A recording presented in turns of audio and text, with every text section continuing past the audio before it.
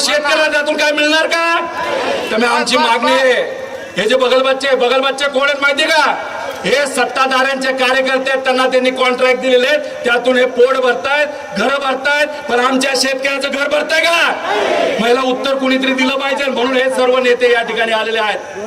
आणि आमची मागणी आहे, नाफेडली काय कुठेतरी आडबाजूला खरेदी करण्यापेक्षा कुठं खरेदी करायचं? मार्केट कमिटीमध्ये खरेदी केल्यानंतर काय होतं? स्पर्धा निर्माण होते, आणि स्पर्धा निर्माण झाल्यामुळे आमच्या शेतकऱ्याला भाव मिळतो, आणि तीच आमच्या सगळ्यांची अपेक्षा आहे. आणि नाफेड म्हणते 2 लाख टन घेणार. 2 लाख टनात काय होणार आहे का? अहो इथंच एक दिवसाला 2 लाख टन गोळा होते. तर आमच्या सगळ्यांची मागणी 8 ते 10 लाख टन कांदा त्या ठिकाणी घेतला पाहिजे. आणि 8 ते 10 लाख टन कांदा घेतला तो कांदा हा भारतात विकायचा नाही, हा कलकत्त्यात विकायचा नाही, मुंबईमध्ये विकायचा नाही, दिल्लीत विकायचा नाही. कारण काय करतात, 3 महिन्यानंतर भाव वाढल्यानंतर हा तुमचा कांदा जो स्वस्तात घेतलाय परत जाऊन त्या मोठ्या शहरामध्ये स्वस्तात विकतात. आणि आपल्या सगळ्यांची जी अपेक्षा असते राहिलेल्या कांद्याला चांगला भाव मिळाला, त्याला भाव मिळतो का? त्यामुळे हा घेतलेला कांदा कुठं विकायचा? डायरेक्ट भारताच्या बाहेर घेऊन जावा. भारताच्या बाहेर जात नसेल तर जाळून टाका, पण आमच्या शेतकऱ्याला 24 कमीत कमी रेट हा मिळालाच पाहिजे. आता तुम्ही मला सांगा, हे सर्व नेते इथं आलोत, आम्ही आलोत, इलेक्शन आहे का? महाराष्ट्रात इलेक्शन आहे का? पण आलो ना तुमच्यासाठी. खऱ्या अर्थाने सामान्य लोकांच्या पाठीमागे भक्कमपणे उभा राहण्याची भूमिका आमच्या नेत्यांनी आम्हाला सांगितली, आणि त्या दृष्टिकोनातून तुमच्यासाठी इथं आलेलो आहे.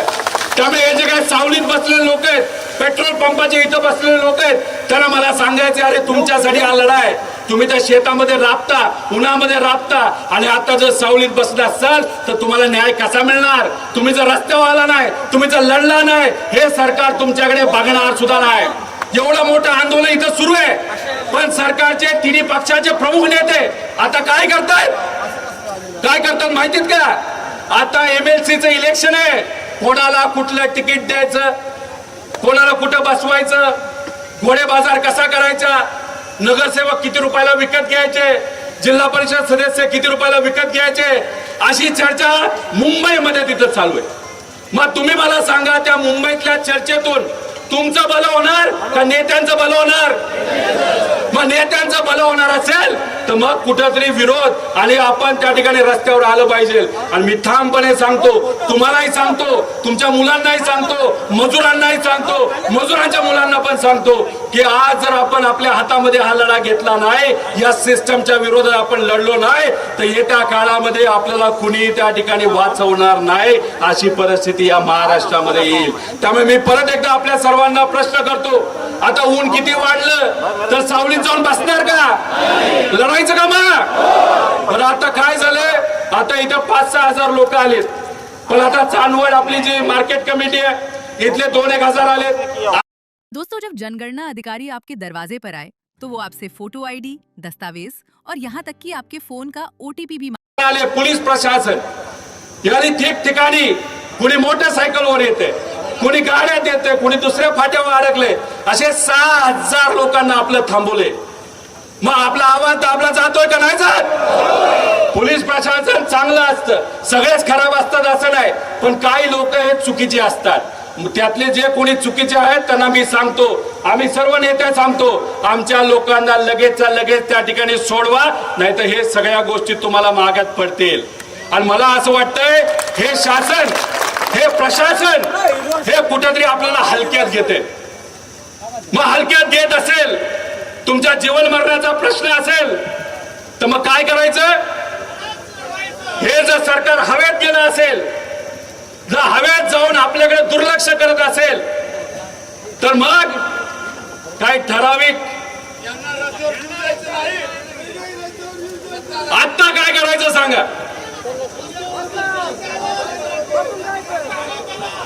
हे म्हणतायत तिथं काय बसेस आहेत ज्या इथं थांबल्यात, काही ट्रक थांबलेत पुढच्या बाजूला, यांचं म्हणणं आहे त्याची हवा काढा. तुमचं काय म्हणणं आहे? काय म्हणणं आहे तुमचं?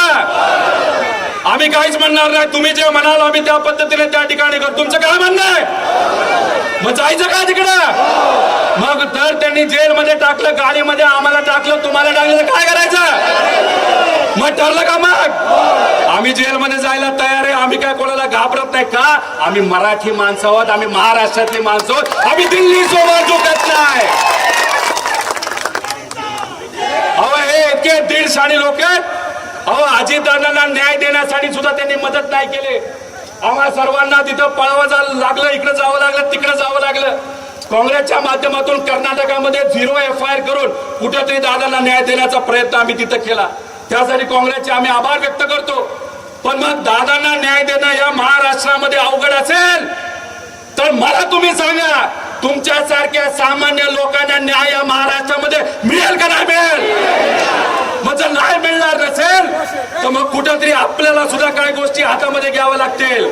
आज एक कांदा आंदोलन आहे, उद्या पेट्रोल डिझेलचं आंदोलन करावं लागेल, उद्या विद्यार्थ्यांसाठी आंदोलन करावं लागेल. आमच्या माता भगिनींची तिथं अब्रू उठली जाते, तिथं अत्याचार होत आहेत, त्या बाबतीत सुद्धा सरकार काय करायला तयार नाही.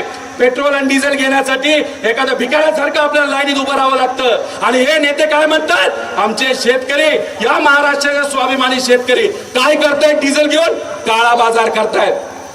अहो जो नेता म्हणला महाजन साहेब, तुम्हाला कदाचित या जिल्ह्याचे पालकमंत्री समजत असाल, पण तुम्ही किती काळा बाजार केलाय हे पुढच्या काही दिवसामध्ये मीच त्या ठिकाणी, आम्ही सर्वजण मिळून त्या ठिकाणी बाहेर काढणार आहोत. त्यामुळे याद राखा, आमच्या शेतकऱ्याला, सर्वसामान्य लोकांवर जर तुम्ही अन्याय केला आणि त्यांना जर अशा लेवलला जाऊन, खालच्या लेवलला जाऊन तर तुम्ही काय केलं, बोललं, तर तुम्हाला या महाराष्ट्रामध्ये, स्वाभिमानी महाराष्ट्रामध्ये, शिवशाहू फुले आंबेडकरांच्या महाराष्ट्रामध्ये फिरणं सुद्धा अवघड होईल. ही गोष्ट त्या ठिकाणी याद ठेवली पाहिजे. त्यामुळे मग आता काही शेतकऱ्यांनी इथं सांगितले की आता आपल्याला या हवेत जे लोक गेलेत तर काही गाड्यांची हवा काढून काय या सरकारला कुठेतरी जमिनीवर आणलं पाहिजे. शेतकऱ्यांनी, लोकांनी आदेश दिला, सामान्य लोकांनी आदेश दिला, तर आम्ही लोकप्रतिनिधी आहोत, आम्हाला तो आदेश ऐकावाच लागतो. मी या नेत्यांना विचारतो, काय करायचं आता? बरं, आपण आपल्यानंतर शशिकांत शिंदे साहेब आहेत, दानवे साहेब आहेत, सपकाळ साहेब आहेत, हे आपल्या सर्वांना मार्गदर्शन करतील आणि हे सर्व नेते जे बोलतील तशा पद्धतीने त्या ठिकाणी आपल्याला वागायचंय. पण हे बोलत असताना, करत असताना जर आपल्याला थोडीशी चक्कर वगैरे आली तर आपण अँब्युलन्स डॉक्टर इथे ठेवलेत, पण बाकीच्यांनी सावलीत जायचं कारण नाही. बरोबर का नाही? ऊन वाढत गेलं, टेम्परेचर वाढत गेलं तर काय करायचं? थांबायचं तिथं आहे तसं.